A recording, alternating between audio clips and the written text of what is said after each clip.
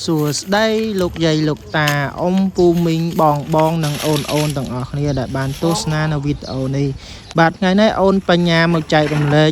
វីដេអូថ្មីទៀតហើយបាទប្រសិនជាផ្ទះរបស់បងប្អូននៅឆ្ងាយពីបឹងបួត្រពាំងផ្សេងបងប្អូនត្រូវការទឹកយកមកប្រើប្រាស់ឬក៏ស្រោចដំណាំបងប្អូនអាចប្រើវិធីនេះបានមិនថាបងស្រីឬក៏ប្រុសទេគឺវិធីនេះជួយបងប្អូនបានមិនបាច់យើងប្រើកម្លាំងខ្លាំងដើម្បីទៅលើកវានោះទេយើងមានវិធីនេះដែលអាចជួយសម្រួលកម្លាំងរបស់បងប្អូនក្នុងការប្រើប្រាស់ឬក៏លើកទឹកនេះទៅស្រោចដំណាំឬក៏ប្រើប្រាស់អីផ្សេងបងប្អូនអាចសាកប្រើវិធីនេះបានគ្រាន់តែមានខ្សែមិនថាខ្សែគោឬក៏ខ្សែអីទេបងប្អូនគ្រាន់តែចងបែបនេះបងប្អូននឹងលើកទៅយ៉ាងស្រួលបងប្អូនឃើញស្រាប់ហើយថានៅគេហដ្ឋានរបស់ខ្ញុំនៅឆ្ងាយពីបឹងអញ្ចឹងខ្ញុំត្រូវការ